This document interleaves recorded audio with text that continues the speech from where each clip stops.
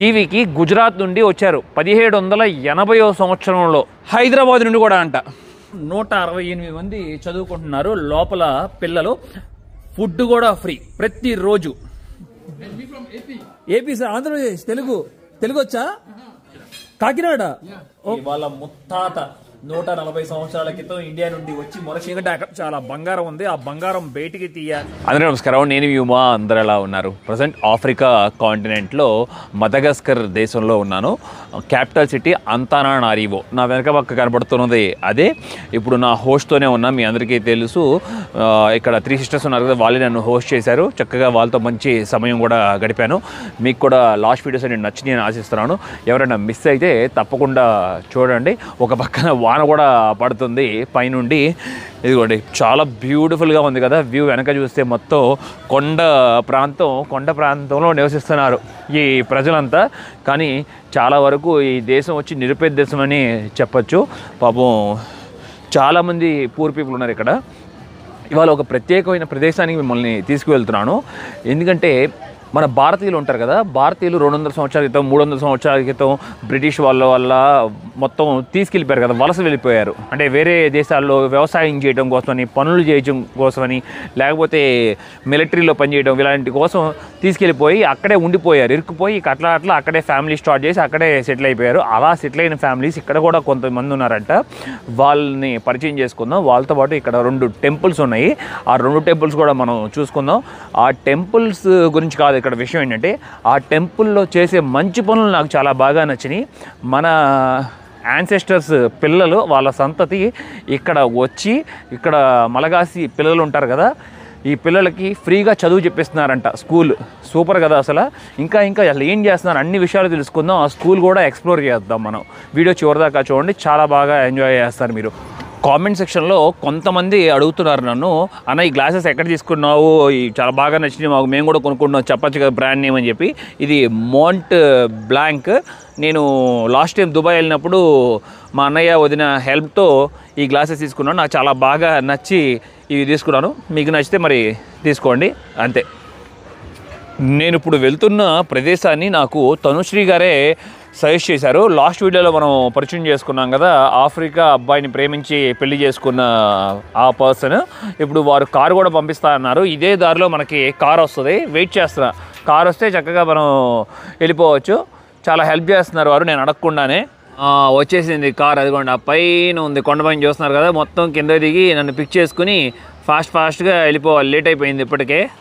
మన భారతీయుల గురించి ఈ స్టోరీ గురించి చదివితే అసలు మైండ్ బ్లోయింగ్, అసలు రోమాలు నిక్క పొడుచుకున్నాయని చెప్పచ్చు. ఇప్పుడు నేను మెయిన్ ప్రదేశానికి వచ్చేసాను. ఇక్కడికి ఇది నా వెనక ఉన్నదే.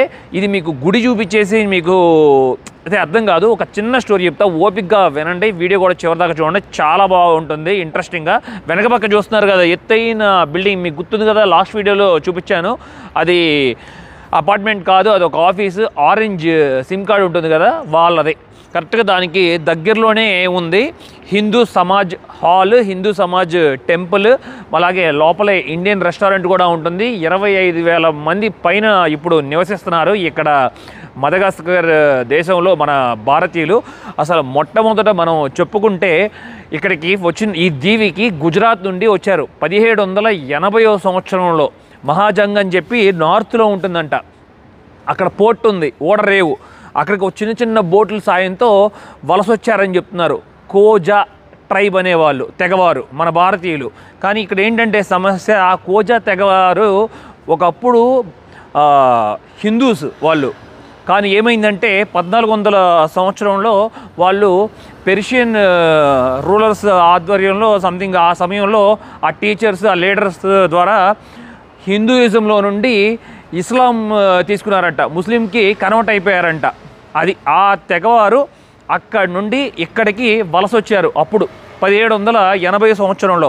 ఆ తర్వాత అప్పటి నుండి మెల్లమెల్లగా కంటిన్యూ అవుతూ అప్పట్లో 200 మంది వ్యాపారస్తులు వచ్చారంట ఇక్కడికి, ఈ మదగాస్కర్ దేశంకి. అలా మెల్లమెల్లగా చివరిన నార్త్, మీకు ఆ మ్యాప్ కూడా చూపిస్తే మీకు అర్థమవుతుంది క్లియర్గా.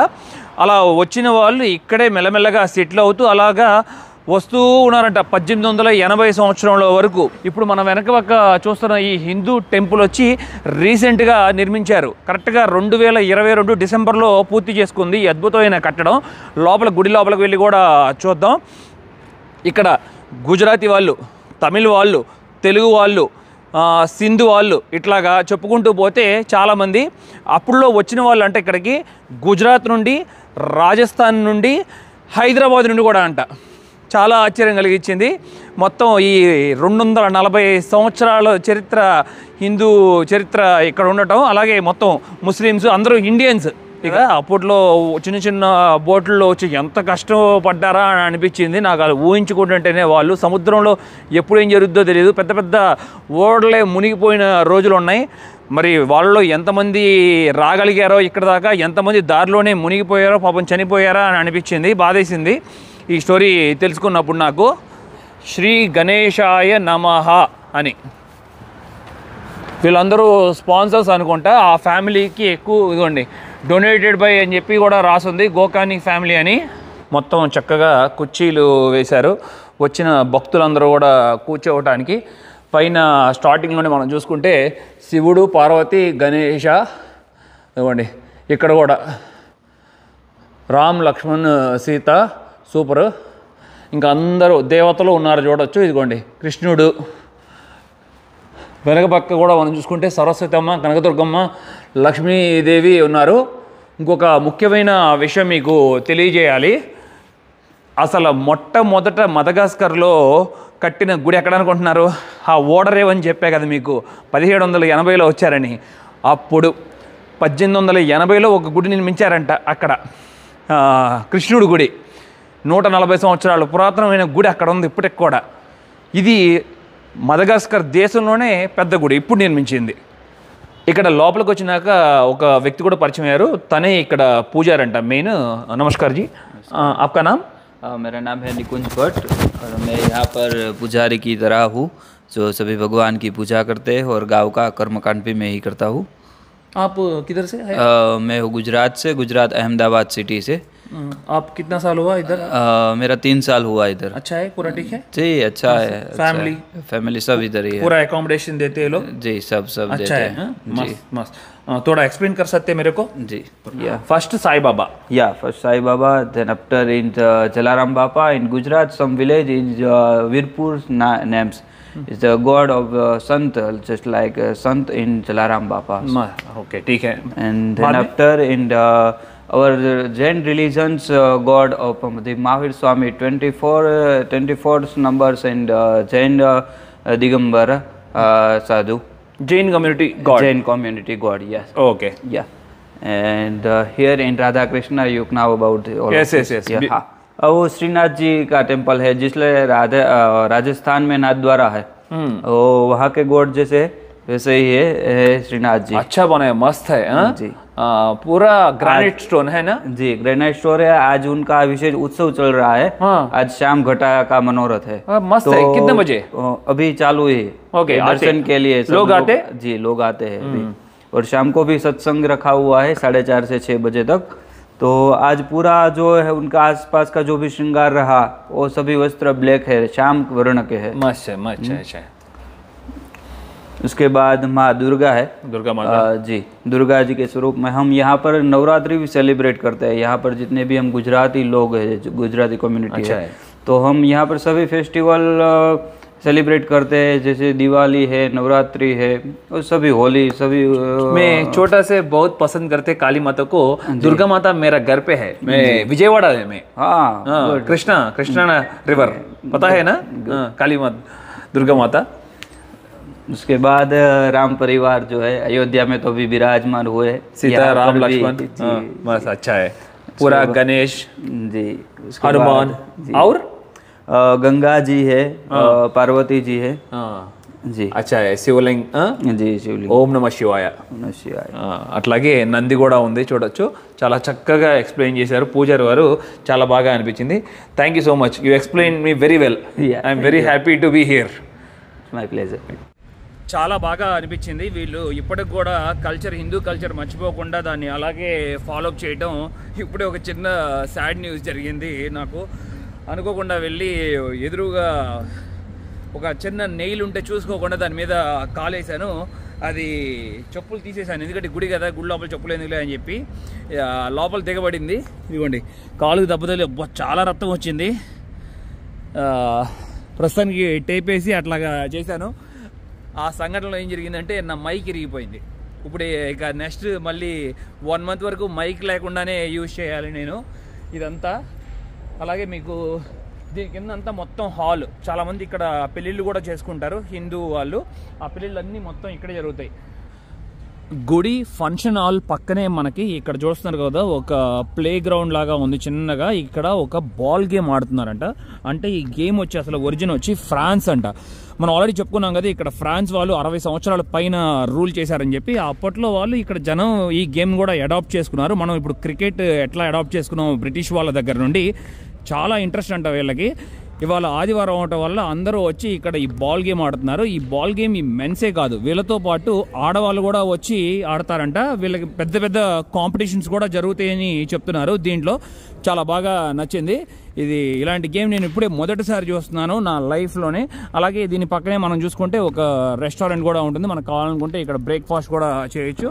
ఒక్కొక్కసారి ప్రయాణంలో చాలా కామన్ ఇలాంటి దెబ్బలు తగులుతూ ఉంటాయి. మేజర్ అన్నప్పుడు ఇక తప్పదు, ఇవి చిన్న చిన్న మైనర్ దెబ్బలే కాబట్టి ఓకే ఎట్లా కూడా ముందుకి పుష్ చేయొచ్చు మనల్ని. ఇంటికి వెళ్ళినా కొంచెం జాగ్రత్తగా ట్రీట్మెంట్ తీసుకుంటాను. మళ్ళీ మన సిస్టర్స్ దగ్గర వెళ్ళిన తర్వాత ఇప్పుడు మరొక ప్రదేశానికి తీసుకెళ్తున్నాను ఇక్కడ నుండి మిమ్మల్ని. అది సాయిబాబా టెంపుల్. అక్కడే అసలు మెయిన్ ఉంది స్కూల్. అలాగే ఈ సాయిబాబా టెంపుల్ని మొత్తం రన్ చేస్తున్నది మొరీషియస్ పీపుల్. మొరీషియస్ తెలుసు కదా మీకు, ఈ ప్రపంచంలోనే ఎక్కువగా ఇండియన్ పీపుల్ హిందూ కమ్యూనిటీ ఉన్నది 3వ స్థానంలో అంట. ఇండియా తర్వాత మొరీషియస్ అంట. అంతమంది హిందూస్ ఉంటారంట అక్కడ. ఫైనల్గా వచ్చేసాను. నాకు బాగా నచ్చిన ప్రదేశం ఇది. ఇదిగోండి సెంటర్ సత్యసాయి ది తానా అని రాసుంది, చూస్తున్నారు కదా.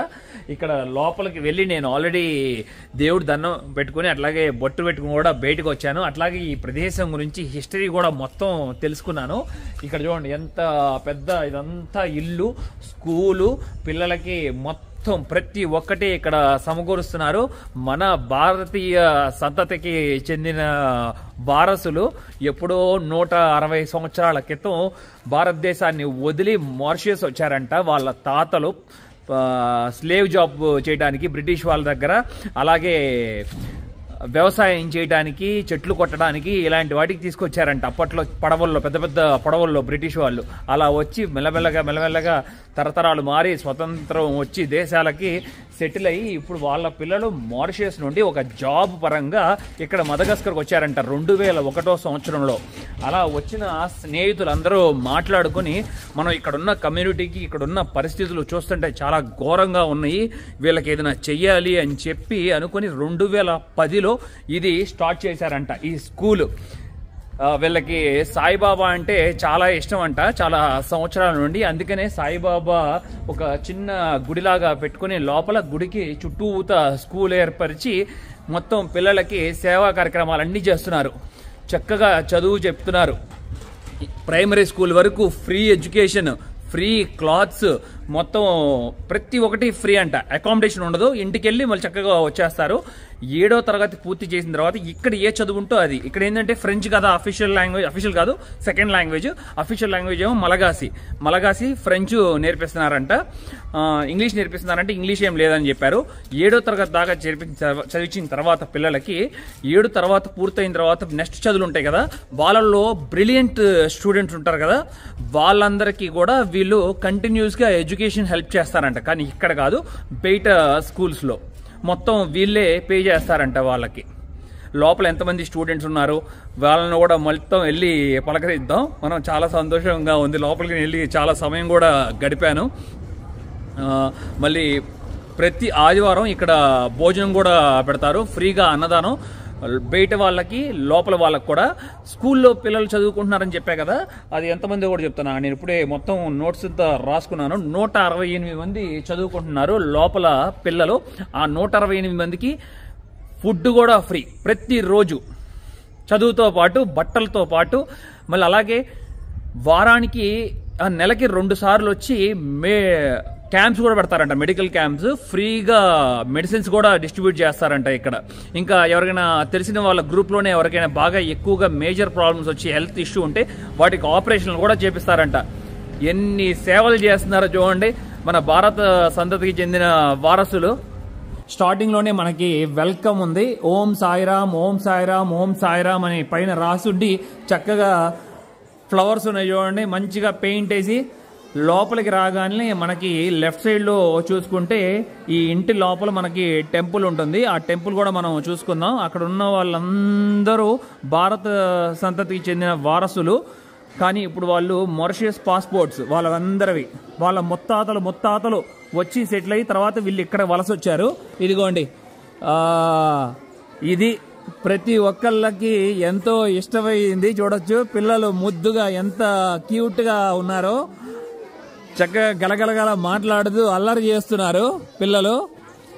చిన్న పిల్లలు అసలు నాకు తెలిసి 3 ఏళ్ల పిల్లల దగ్గర నుండి అందరూ ఉన్నారు, చక్కగా చూసుకుంటున్నారు. ఎంత బుజ్జిగా ఉందో చూడండి పాప. నాకు తెలిసి ఆ పాపకు 2.5 ఏళ్ల వయసు ఉంటుందేమో అంతే. అలాగే వీళ్ళకి వెనక పక్కనే మనం చూసుకుంటే క్లాస్ రూమ్స్ కూడా ఉన్నాయి చూడండి. ఇవన్నీ మొత్తం క్లాస్ రూమ్స్.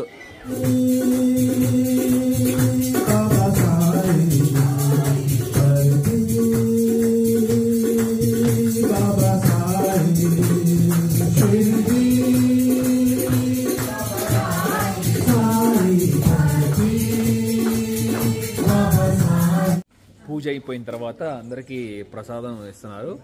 అందరూ బాగుండాలి, అందులో నేను ఉండాలని మనస్ఫూర్తిగా కోరుకుంటున్నాను. ఈ ప్రపంచంలో ఉన్న ప్రతి ఒక్కళ్ళు మనుషులకి బెటర్ లైఫ్ దొరకాలని కోరుకుంటున్నాను మనస్ఫూర్తిగా. ఇప్పుడు దాకా చూసిన పరిస్థితులు చూసాం కదా ఎంత దారుణంగా ఉన్నాయా అనేది.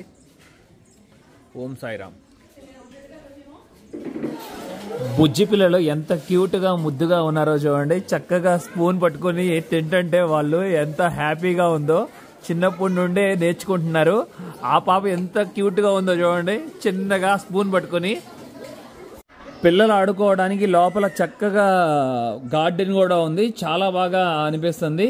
లోపల చివరన ఉయ్యాలు ఉన్నాయి, మంచిగా బాత్రూమ్స్ ఉన్నాయి, నీట్ అండ్ క్లీన్గా ఉండటం ఎలా అని చెప్పి శుభ్రత ఇవన్నీ ప్రతి ఒక్కటి పిల్లలకి తెలియజేస్తున్నారు. అది చాలా బాగా నచ్చింది. నేను ఒక మాట చెప్పాలి, మీరు అందరూ అనుకుంటారు కానీ ఇండియా నుండి వదిలిపెట్టి ఇతర దేశాలు వెళ్తారు చూసారు, వలస కూటి కోసం కోటి విద్యలు అన్నట్టు అక్కడ బెటర్ ఆపర్చునిటీస్ వచ్చి జీవితంలో ఏదైనా మార్పులు చేసుకోవాలనుకునే వాళ్ళు, అలాంటి వాళ్ళు ఎక్కువగా మనకు తెలుసు. అమెరికాలో, కెనడాలో, ఆఫ్రికాలో, యూరోప్లో, అసలు ఈ ప్రపంచంలో ఉన్న దేశంలో ప్రతి ఒక్క దేశంలో భారతీయుడు అనేవాడు ఉన్నాడని తెలుసు మీకు కూడా నాకు కూడా. కానీ నేను చూశాను కదా ఈ కెనడా, ఆస్ట్రేలియా, ఇక్కడ కెనడా వెళ్ళలేదు, ఆస్ట్రేలియా వెళ్ళినప్పుడు అట్లాగే యుఎస్ వెళ్ళినప్పుడు కూడా అక్కడున్న ప్రతి ఒక్క భారతీయులు వాళ్ళు సంపాదించే దాంట్లో సంథింగ్ ఒక ₹1,00,000 ఎంతమంది సంపాదించారు అనుకుందాం, మినిమం మనం ₹1,00,000. దాంట్లో తప్పకుండా 10,000 కానీ 20,000 రూపాయలు కానీ భారతదేశం పంపించి ఏదో ఒక సేవా కార్యక్రమాలు చేస్తున్నారు. చాలా బాగా అనిపించింది రియల్లీ. అసలు హ్యాండ్స్ ఆఫ్ ఇతర దేశాల్లో ఉండే భారతీయులు, అలాగే వాళ్ళ సంతతి. ఎందుకంటే మన సంస్కృతాల్లో మొత్తం మన చరిత్రలోనే రాసుంది, ఈ ప్రపంచంలోనే దానాల్లో అంట అన్నదానం చాలా గొప్పదంట.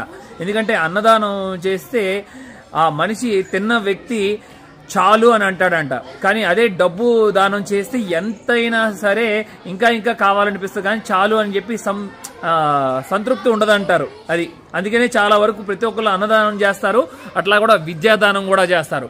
వీళ్ళు ఇప్పుడు అదే చేస్తున్నారు. వాళ్ళ తాతలు వాళ్ళ నాన్నలు ఇచ్చిన మన భారతదేశ చరిత్ర దాన్ని చక్కగా కంటిన్యూ చేస్తూ వాళ్ళ ఆచారాలని మర్చిపోకుండా ఇప్పటికి కూడా భాష అంటే చాలా వరకు మర్చిపోయారు. ఎందుకంటే తరతరాలు మారిపోయినాయి కదా, 6-7 జనరేషన్ల పైన అయిపోయినాయి. ఇక్కడ మదగాస్కర్లో ఏమో 15 జనరేషన్లు దాటిపోయింది. 1780 నుండి స్టే చేస్తున్నారు. హాయ్, ఇదిగోండి వీళ్ళందరూ ఇక్కడ లోకల్ పిల్లలు. Do speak English? No English? French?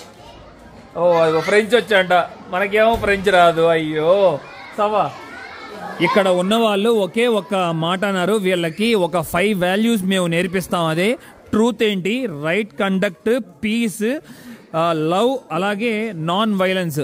ఇలాంటి మంచి మంచి వాల్యూస్ అన్ని నేర్పిస్తాము, ఫ్యూచర్లో ఎలా ఉండాలి, ఎలా సర్వైవ్ అవ్వాలి అని చెప్తున్నారు. ఇదిగోండి ఇవాళ ఆదివారం కాబట్టి మొత్తం భోజనం చేసేసారు పిల్లలంతా.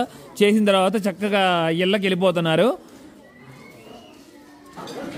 అలాగే కరెక్ట్గా ఆదివారం సమయంలో నేను కూడా ఇక్కడే ఉన్నా కాబట్టి వాళ్ళు కూడా నాకు ఫుడ్ ప్రొవైడ్ చేస్తున్నారు, తినమని చెప్పారు. నేను ఇప్పుడే తింటాను కూడా. చక్కగా మంచి మంచి ఫుడ్ చేసుకొచ్చారు. చూస్తుంటే వీటిల్లో పేర్లు కూడా నాకు తెలియదు. మొత్తం చూడండి.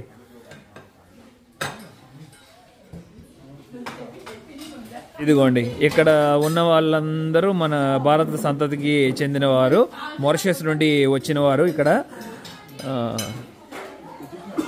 Sir, your ancestors came from Gujarat? No. He from Maharashtra. He from Tamil Nadu. Tamil Nadu? Sir, vanakkam. Tamil தெரியுமா? நல்ல விஷயம் சார், நல்ல விஷயம். எனக்கு ரொம்ப பிடிச்ச நாடு. AP sir, Andhra Pradesh. తెలుగు వచ్చా? నిజమా? కొంచెం కొంచెమా? అది కూడా మన తెలుగు వారంట. సూపర్ సర్ప్రైజ్ చేశారు. నేను విజయవాడ సార్, నాది Andhra Pradesh Vijayawada. That's good. Me from Kakinada. Kakinada? Yeah. Okay, that's good. How long you are living here? How many years? Almost 7 years. On two contracts. Two countries. First time was 7, now 1 year. 1 year. Okay. ఇప్పుడే నాకు చక్కగా food కూడా provide చేశారు. ఇదిగోండి చూడండి, రకరకాల food చాలా యమ్మీగా ఉండబోతుందని తెలుస్తుంది. అలాగే నేను ఇందాక సార్ని పరిచయం చేసుకున్నా కదా, సార్ వచ్చి వాళ్ళ ముత్తాత 140 సంవత్సరాల క్రితం ఇండియా నుండి వచ్చి మొరిషియస్ లో సెటిల్ అయ్యారంట. నాకు తెలిసి ఆయనకి ఇప్పుడు 60 ఏళ్ళు వయసు ఉంటుంది. అర్థం చేసుకోండి, ముత్తాత అంటే. అదే అడుగుతున్నాను, నాకు తెలుగు కమ్యూనిటీ నంబర్ ఇవ్వండి సార్, మన పూర్వీకులు ఎక్కడెక్కడ ఉన్నారో మొరిషియస్ లో వెళ్ళి అడుగుతాను అంటే ఆ లొకేషన్స్ అన్ని డీటెయిల్స్ ఇస్తున్నారు నాకు. This is the place Vishnu Mandiram, here. Okay, Saint peer లో విష్ణు మందిరం దగ్గరికి వెళ్ళిపో. అసలు నువ్వు డైరెక్ట్ గా అక్కడ మన తెలుగు వాళ్ళే ఉంటారు. మేము అక్కడ తెలుగు గుడి కట్టి 100 సంవత్సరాలు పూజ చేసుకుంది. మొన్నే సెలబ్రేషన్స్ కూడా చేసుకున్నాం అని చెప్తున్నారు. వారి పేరు వచ్చి జగలు, వారి ఇంటి పేరు వచ్చి అంటే బోండా అంట. పేరు బోండా జగలు. Nice nice. అదిగోండి తెలుగులో మాట్లాడటం ట్రై చేస్తున్నారు. నా పేరు బోండా జగలు అని చెప్పి. మేము కాకినాడ వాస్తవికులు, మా పూర్వీకులు. నేను లాస్ట్ ఇయరే వచ్చాను. తిరుపతి, చెన్నై ఇవన్నీ కాకినాడ చూసుకున్నాను. చాలా బాగా అనిపించింది అని చెప్తున్నారు. Really happy sir to see you. ఇప్పుడే నాకు మంచిగా ఫుడ్ ప్రొవైడ్ చేశారు కదా, అదే టేస్ట్ చేస్తున్నాను. అబ్బో, అందరూ కొట్టేశారు. చాలా బాగుంది. మరి ఇంత చాలా డిఫరెంట్ ఉంది ఫుడ్. ఇది వీళ్ళు మన భారతీయులైనా కూడా మొత్తం ఈ వండే పద్ధతి చాలా విచిత్రంగా ఉంది. చూడండి, చాలా కొత్తగా ఉంది కదా. మొత్తం ఇక్కడ ఉన్న ఐటమ్స్ అన్ని. ఫ్యాంటా కూడా ఇచ్చారు తాగడానికి. తాగను, పెట్టుకుని పెట్టారు. నాకు దైవభక్తి అంటే చాలా ఇష్టం. పాటలు కూడా బాగా పాడతాను. తెలుగు పాడతాను, తమిళ పాటలు పాడతాను అని చెప్పి చెప్తున్నారు. ఇక్కడ మలగాసి పాటలు కూడా. విష్ణు మందిరంలో బాగా డివోటీ అంట. ఎక్కడ? మారిషస్ లో. ప్రతి 6 నెలలకి వెళ్ళి వీళ్ళ పిల్లల్ని చూసుకుంటారంట. ప్రస్తుతానికి ఇక్కడ జాబ్ చేస్తున్నారు. మళ్ళీ వీళ్ళ హోమ్ టౌన్ వచ్చాము మొరిషియస్ లోనే. అక్కడ ఎక్కడికి వెళ్ళాలో నాకు అడ్రస్ ఇచ్చారు కూడా, వెళ్దాం. ఇప్పుడే ఇక్కడ మరొక వ్యక్తిని పరిచయం చేసుకున్నాను. చాలా బాగా మాట్లాడారు. 15 నిమిషాలు మాట్లాడుకున్నాం. మీకు కూడా పరిచయం చేయాలనిపించింది. Sir, what's your name? Baji. Baji. Yeah. Pasram Baji. Where your ancestors from in India? From Maharashtra. Exactly the city we don't know because it's more than 150 years back. Okay. Sir వచ్చి మహారాష్ట్ర నుండి వచ్చారు. వాళ్ళ ancestors. Sir, that time what British told to our Indians to go Mauritius? It was around 1895. They have ship. They need people in Mauritius. Mauritius also was ruled by the British. They asked the people, okay, come to Mauritius. You will get gold. We will dig gold. You will take part of it to that. You will become rich. And everybody has jumped in the ship to come to Mauritius. Mauritius for me, it's little India, where the population of Mauritius is from all parts of India, the south, east, north, northwest, Gujarati also in the west, in the middle, Hyderabad. So Mauritius really is a paradise, a country, and we follow all the tradition, culture of India. Thank you sir. Sir చెప్పేది మీకు అర్థమైంది అనుకుంటున్నాను. నా mic చెడిపోయింది, ఏం చేస్తాం, ఇరిగిపోయింది ఇందాకడే. ఇప్పుడు నేను మళ్ళీ చెప్తాను మీకు. అప్పట్లో బ్రిటిష్ వాళ్ళంట మన భారతీయులకి 1885-90 సంవత్సరాలలో మేము మొరషియస్ అనే ఒక సముద్ర దీవికి తీసుకెళ్తున్నాం, మీరు ఎవరైనా వస్తారా, ఎందుకంటే అక్కడ చాలా బంగారం ఉంది, ఆ బంగారం బయటికి తీయాలి, మాకు వచ్చిన దాంట్లో మీకు కూడా కొంచెం పర్సంటేజ్ ఇస్తామంటే అప్పట్లో మన భారతీయులు అన్ని రాష్ట్రాల్లో నుండి ఆ పడవల్లో దూకారంట. మేము వస్తాం అని చెప్పి. ఇక్కడికి వచ్చిన తర్వాత ఏం చేశారు తెలుసా, దిగిన తర్వాత ఇంకేముంటుంది, ఎక్కిన తర్వాత వాళ్ళ ఆధ్వర్యంలోనే ఉంటుంది కదా, బ్రిటిష్ వాళ్ళ ఆధ్వర్యంలో. ఇక్కడికి వచ్చంట షుగర్ కేన్, చెరుకు పండియడానికి తీసుకొచ్చారంట. అది అసలు రియల్ సీక్రెట్. ఇక్కడికి వచ్చిన తర్వాత పాపం అక్కడ తల్లి పెళ్ళం బిడ్డల్ని ఫ్యామిలీని అందరినీ వదిలేసి ఒంటరిగా వచ్చి ఇక్కడ ఫ్యామిలీస్ని స్టార్ట్ చేశారు. అప్పటి నుండి వాళ్ళ కింద స్లేవరీ అనుభవిస్తూ తర్వాత 1968లో వీళ్ళకి మారిషస్లో ఇండిపెండెన్స్ వచ్చింది. Yeah, we got independence in 1968. Of course, it was not that easy. And then there was a separation of one of our islands, the Chagos Island. The British took the island. Till now, there is still the decision is still not yet. It has been finalized by the international criminal law that this has to be returned to Mauritius. That the British have now agreed but not yet given to Mauritius. I'm going to visit Mauritius, sir. I will explore there and I will experience more. Yeah, of course, you will be happy, you will be at ease. The people will just say the same things. But one thing is very important also. We learn from the British. We don't say that they were here, they were dominating the country, but we learn. And from that, everybody, India, Mauritius, and all English rural countries, the economy is, we can say, quite good, but it depends on leadership, on ourselves now. నేను కూడా చాలా వీడియోలు చెప్తూ ఉన్నాను కదా, British rule చేసిన దగ్గర కనీసం ఒక ముద్ద నోట్లో తింటున్నాం, ఏదో ఒకటి చేస్తున్నాం. ఎడ్యుకేషన్ అనేది ఇచ్చారు, కొన్ని రైల్వే ట్రాన్స్పోర్ట్ ఇలాంటివన్నీ. కానీ ఫ్రెంచ్ వాళ్ళు రూల్ చేసిన నాట అలా లేదు అసలు. Very bad. They took every drop blood from human. Next 1000 years also, no sir, no development. Yeah, no development. Yes. Thank you, sir. Nice meeting you, really. Thank you. No, yeah. My pleasure. Yes. You are good. You are doing a very good job. Thank you, sir. Take care. మన భారతీయులు ఎక్కడ ఉన్నా కూడా great అనే చెప్తాను. ఎందుకంటే మన పూర్వీకుల నుండి వచ్చింది అది. ఒక ఎదురు వ్యక్తితో మాట్లాడాలన్నా సరే, గౌరవించాలన్నా సరే. కానీ ఇప్పుడిప్పుడే కొన్ని ప్రదేశాల్లో అసలు చెడిపోతుంది. ఎక్కువ బ్యాక్ స్టాబింగ్ బాగా జరుగుతుంది మన కమ్యూనిటీలో కూడా. అది ఎట్లయినా కంట్రోల్ చేసి తగ్గించాలి. అప్పుడే, ఎందుకంటే ఎక్కడ ఏ సందుకి వెళ్ళినా కూడా నేను భారతీయుడు అంటే అసలు ఎంత గౌరవిస్తారో నన్ను. వాళ్ళకి భారతదేశం గురించి తెలియపోయినా కూడా, అంటే భారతదేశం అంటే చాలా మంచోళ్ళు అని చెప్పి వాళ్ళకు ఒక నమ్మకం. ఆ నమ్మకాన్ని చెడగొట్టకుండా ఉంటే చాలు మన వాళ్ళు. అలాగే సార్ అదే చెప్తున్నారు. ఇప్పుడు ఇక్కడ నేను ఉన్నప్పుడు మదగాస్కర్ వచ్చి మొదటే వచ్చారంట బ్రిటిష్ వాళ్ళు. 1810 నుండి 1860 వరకు ఇక్కడ బ్రిటిష్ వాళ్ళు ఉన్నారంట. కానీ 1860లో ఫ్రెంచ్ వాళ్ళు వచ్చారంట. వాళ్ళ ఫ్లీట్ చాలా ఎక్కువగా ఉండటం వల్ల వాళ్ళతో ఎక్కువ ఫైట్ చేయాలి అని చెప్పి వాళ్ళిద్దరూ, ఫ్రెంచ్ ఎక్కువగా ఫైట్ చేయదు, అంత మైండ్ గేమ్ ఆడుతుంది ఫ్రాన్స్ వాళ్ళు. ఆ ఫ్రాన్స్ వాళ్ళు బ్రిటిష్ వాళ్ళు మాట్లాడుకుని, బ్రిటిష్ నేను మొరిషియస్ తీసుకుంటా, నువ్వు మదగాస్కర్ తీసుకో అని చెప్పి అట్లా మాట్లాడుకున్నారంట. అలా మాట్లాడుకుని ఎవరికి వాళ్ళు ఆ తర్వాత నుండి ఇక్కడ ఫ్రాన్స్ వాళ్ళు రూల్ చేయడం స్టార్ట్ చేశారు. అదే ఇందాక సార్ కూడా చెప్తున్నారు, మనం బ్రిటిష్ వాళ్ళు, మన పూర్వీకులు చాలా బాధింపబడ్డారు. కానీ మన పూర్వీకులు చేసిన త్యాగమే మనం ఇప్పుడు హ్యాపీగా బతుకుతున్నామని అది చెప్పొచ్చు అని చెప్తున్నారు. అది అక్షరాల నిజం. మరి అది ఒకటే కాకుండా మనం భారతదేశంలో పుడతం కూడా చాలా మంచి పని చేసుకున్నాం అనేది నా నమ్మకం. ఈ ప్రపంచంలోనే ద లక్కీయెస్ట్ పర్సన్ ఎవరంటే ప్రతి ఒక్క భారతీయుడు. అది నెలకి రోజుకి 150 రూపాయలు ఉన్నా కూడా కడుపు నిండా మంచి భోజనం తింటాడు. అది ఎక్కడో చాట పడుకోవచ్చు, ఇబ్బంది లేదు. అంత ఎలాగైనా ఏ లైఫ్ అయినా మనం లీడ్ చేయొచ్చు ఇండియాలో. అది అందుకని ప్రపంచం అంతా నాకు తెలిసి ఫ్యూచర్లో మనం నంబర్ 1 అవుతాం. అదే చెప్తున్నారు ఇందాక మారిషియస్ లో అంటే ఇంకొక దీవి ఉంటుందంట, సముద్ర దీవి. ఆ దీవి వీళ్ళకి ఇవ్వలేదంట, ఇంకా హ్యాండ్ ఓవర్ చేయలేదంట. ఆ హ్యాండ్ ఓవర్ చేయగా బ్రిటిష్ వాళ్ళు ఏం చేశారంటే తెలివిగా 100 సంవత్సరాల ఐలాండ్ ని అమెరికా వాళ్ళకి లీజ్ గా ఇచ్చేశారంట. ఇప్పుడు ఏం చేసింది అమెరికా మీకు తెలుసు కదా, కొన్ని దేశాల్లో కొన్ని దీవుల్లో వాళ్ళ ఫ్రెండ్షిప్ దగ్గర ఉన్న చాట ఇది మిలిటరీ క్యాంప్ ఏదో పెట్టేస్తారు. మొత్తం అక్కడ సెటప్ అంతా ఉంటుంది. ఎప్పుడైనా యుద్ధ విమానాలు ఏదైనా స్టార్ట్ అయితే అటాక్ చేయడానికి రెడీగా ఉన్నట్లు వాళ్ళకి ఇచ్చేసారంట, ఇంకేం చేయలేరు. నెక్స్ట్ 100 సంవత్సరాలు ఆ ఐలాండ్ మారిషియస్లోకి రాదు. రేపొద్దున్న నుండి నేను వేరే ప్రదేశాల్లో ఎక్స్ప్లోర్ చేయబోతున్నాను. సిటీ వదిలిపెట్టి కనీసం ఒక 700 కిలోమీటర్లు 15 గంటలు ప్రయాణించాలి. టికెట్ బుక్ చేసుకున్నా కదా ఆ రోజున, వాచ్ పోతుందంట. అది కూడా వెనక సీటు బుక్ చేసుకున్నాను, ముందు సీటు దొరక్క. ఇదిగోండి వెనక పక్క విల్లాస్ చూసి మీకు ఎక్కడో చూసాను గుర్తుకు రావాలి. లాస్ట్ వీడియోలో మీకు పరిచయం చేశా కదా తను గారి ఇంటికి వచ్చాను మళ్ళీ, ఎందుకంటే ఇక్కడ వైఫై చాలా స్పీడ్గా ఉంటుంది.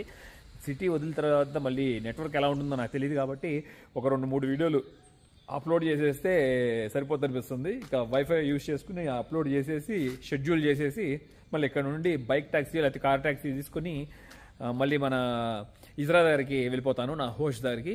ఇప్పుడు దాకా బీభత్సంగా వాన పడింది వేరే ప్రదేశంలో. మేబీ మెల్లగా వస్తాయి బొబ్బులు యువతలకు కూడా. ఇప్పుడు కూడా ఇక్కడ కూడా కురవచ్చు. ఇవాళ మంచి విషయాలు తెలుసుకున్నాం. మీకు కూడా నచ్చిందని ఆశిస్తున్నాను. నా ప్రయాణం నచ్చినట్లయితే లైక్, షేర్ అండ్ సబ్స్క్రైబ్ చేసుకోండి. నన్ను చాలా సపోర్ట్ చేసిన వారు అవుతారు. నాకు ఎంతో హెల్ప్ అవుతుంది కూడా ముందుకి సాగిపోవడానికి. ఈ వీడియో ఇక్కడితో ఎండ్ చేస్తున్నా. Thank you, love you all, by.